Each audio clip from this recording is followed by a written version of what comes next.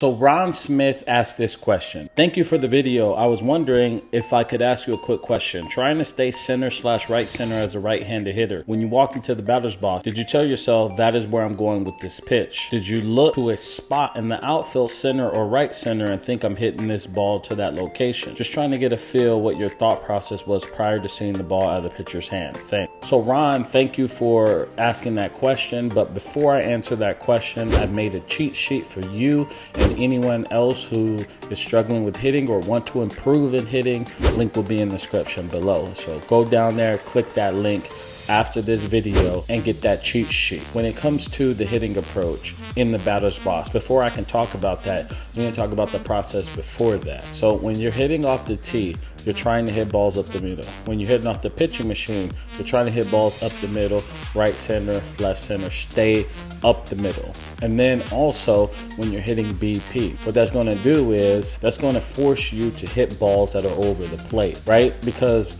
in order to hit those pitches up the middle, you're going to be forcing yourself to dial pitches that are basically middle of the zone. It's hard to hit an inside pitch unless you're going to start pushing balls up the middle. And you don't want to start pushing inside pitches up the middle because then you're not going to get hits. You're going to get jammed or you're going to get weak contact up the middle. But what it's going to do is going to teach you to hunt the mistake.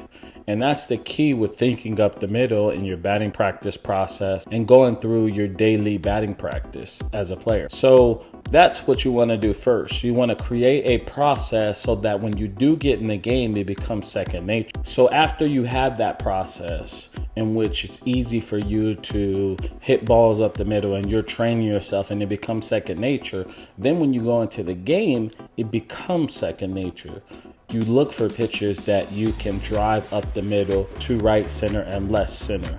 You become a master at doing that and hunting pitches that will allow you to do it. The key in baseball is focusing on something until you get really good at it. So once you start focusing on that and you become really good at it, you won't even need to think about it in the game. It's going to become natural. And you're going to hunt pitches that will allow you to hit balls up the middle. Now, when I would look up the middle, like what you're saying as far as my thought process, it was when I was going through, let's say, a slump or I was struggling. Because if you can get the ball past the pitcher on the ground, it's a base hit pretty much a majority of the time, unless they start playing the shift on you. Now that would be if there's a lefty on the mound, because a lefty's going to throw more inside, so the second baseman would be positioned a little bit more over to second base. So then there's a different story. But if it's a right-handed pitcher versus a right-handed hitter, then it'd be easier for you to hit a ball right up the middle and get a base hit. So that would be the only time I would look over the pitcher's shoulder and I'll look dead in the center field and I'm like, all right, now if I can get a pitch that I can hit back up the middle, it's a base hit. And now I can get myself going. I can get myself out of this slump. So that was pretty much the only time in which I would look to center field, because I don't believe you can control the baseball. And when you start trying to control the baseball, you start getting passive in the batter's box. And you don't want to get passive in the batter's box. Although you do want to learn how to hit pitches that are mistakes, you don't want to get passive in the sense that you're just taking pitches because you feel like you can't hit the ball up the middle. So instead of you being yes, yes, yes, no, you're more like no, no, no, yes. And that won't work. Then you're going to start swinging and missing and being very passive at the plate. So what I mean is, you can't really control the ball and where you want to go, but you can learn to do this where it becomes second nature. And the way you do that is your process before you get into the batter's box.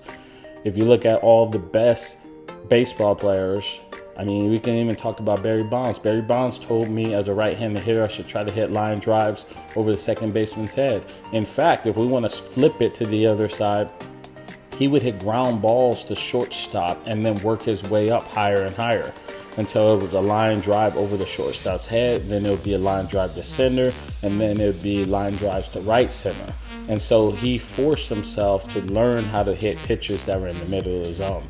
Now, that is you know, what you want to do, because baseball history was created over the middle of the plate. So with that said, I want to thank you for watching. I appreciate you, Ron, and anyone else who is interested in this. So hit that like button for me, subscribe to the channel, and I'll see you in the next video.